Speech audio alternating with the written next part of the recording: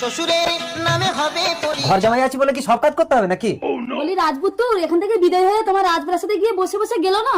ও মা, দুটো হাত থাকতে থাকতে ঘর জামাইয়ের সাথে মুখে এত কথা কিসে? শালা বেশি কথা বললে ঘর জামাইয়ের গাল ফাটিয়ে দেবে মেরে। আয় মা, ডিম আমলেট আর বিস্কুট দিয়ে চাটা খেয়ে নে, তুই তো বেরোবি। আরে আরে আরে, কি করছো? ওঠো ওঠো, ওই তো তোমার চা নিচে। ডান্ডি ভাঙা কাপে, তাও আবার শুধু চা জামাইয়ের জন্য।